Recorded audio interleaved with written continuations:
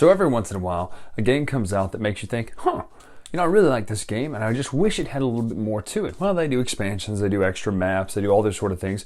But then eventually someone has an idea where they go, you know what? Let's take that game you love.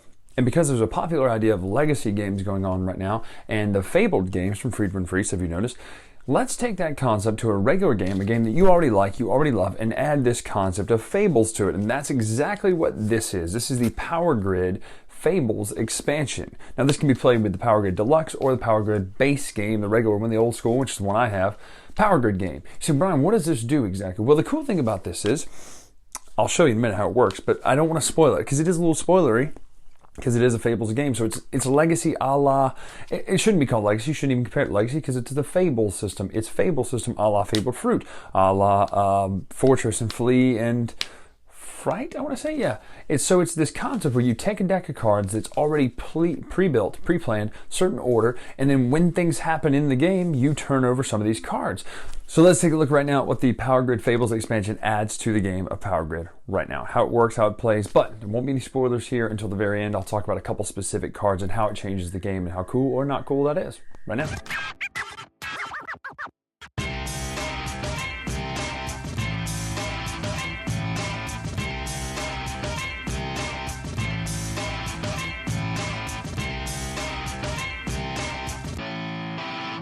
So here's what's in the box. It's not a very big box, it's just got the 15 cards per 2 decks for the 2 Fables expansions. You can use one for one map that you're playing and the other for the other map, and I believe it's Europe and North America are the ones, but it gives you the rules here, 6 rules cards, 1, 2, 3, 4, 5, 6, and then the extra rules for games with 2 players, you would need to use the Deluxe Against the Trust expansion variant that they added, so that's one thing on that.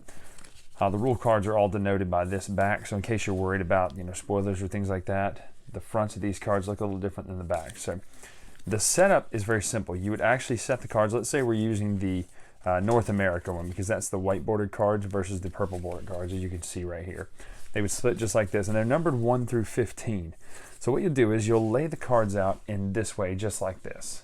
So I know this looks a little bit wild, but this is the layout it suggests, putting them in for a reason that some of these cards, it tells you, first of all, the phase that you reveal these cards in, but also when to do it, what the conditions are. So the reason this would stack on top of this one is because this is card number 4.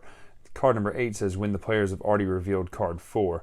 This one says when the players have already revealed card 4, and there's a difference of 10 or more numbers between the numbers of 2 adjacent power plants. So some of these are prerequisites for other cards, so that's why it's not just laid out in a deck, but it's laid out this way where it kind of makes sense to put these on top of each other and stack them out. So this is the North American one. So what you do is you just continue to play Power Grid. Now these are set up to play a 3-player campaign, 3-game campaign.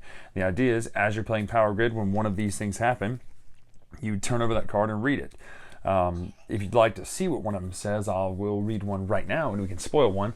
Let's do an easy one right here. So card number 4, reveal when the players have begin their second game. So just so you know, spoilers, I'll give you a few seconds if you want to turn away. This will only take about 10 seconds anyway if you want to skip ahead, but 5, 4, 3, 2, 1. So when players begin their second game, default starting cities, game preparation after the player randomly determines the player order and choose a continuous play zone. Each player chooses a future starting city in player order and marks it with a neutral token. In phase 4 building, when the players start to build their networks in the first and later rounds, they must pick any one of these marked cities. They do not need to pick the city which they initially chose at the game start, except as a starting city. Player cannot connect these cities in step 1, only in 2 and 3 can they place the second, third house, blah, blah, blah. Anyway, that doesn't seem like much. It doesn't seem like the most exciting thing in the world. But the idea is that all of these cards continue to stack and continue to build and continue to reveal. So once this one's revealed, this one can then be revealed at the start of step 3. This one's going to be revealed. This one over here will be revealed when that condition earlier.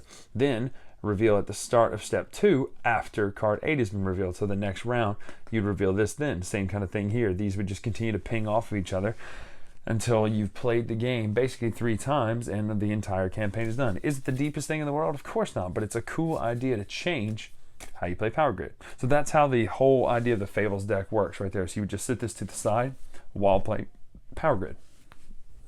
So that's basically it. You tweak the game in such a way to where you add certain conditions during the game, mid-game, after the game as you're setting up the game. So it's a cool way where it's not legacy system where you're tearing up cards and destroying things like Risk Legacy, Pandemic Legacy, but it's more like it's like Fable Fruit or something like that, or the Flea games, the Fortress games, the Fables games, where you're turning over cards and certain conditions change the rules or tweak the rules for a round. And so I think that's a cool concept and a new way to do things. And I really hope Friedman Freese does this for other games, not just his own games like Power Grid, because Power Grid's a great game, but I would love to see this kind of concept added to other things where you have a tried and true game that plays a very specific way. Euro game, not necessarily, doesn't have to be, but then you have these condition cards that start changing the game, that you know, this tried and true formula that is now something different each time you play. And so I think that's a really cool concept, a really cool way to do things. And so if you like Power Grid, obviously this is a win. You have to get, this isn't like the stocks expansion where you go, oh, that's really weird, it changes the game a lot, but this is something where you play Power Grid,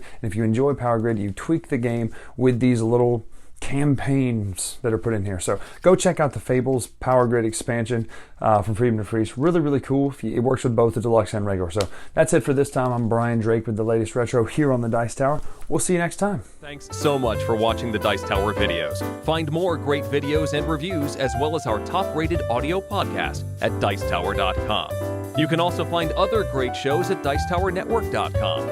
I'm Eric Summerer, and you've been watching the Dice Tower. The Dice Tower is sponsored by Cool Stuff Inc., where you can find great games for great prices. Cool stuff in stock.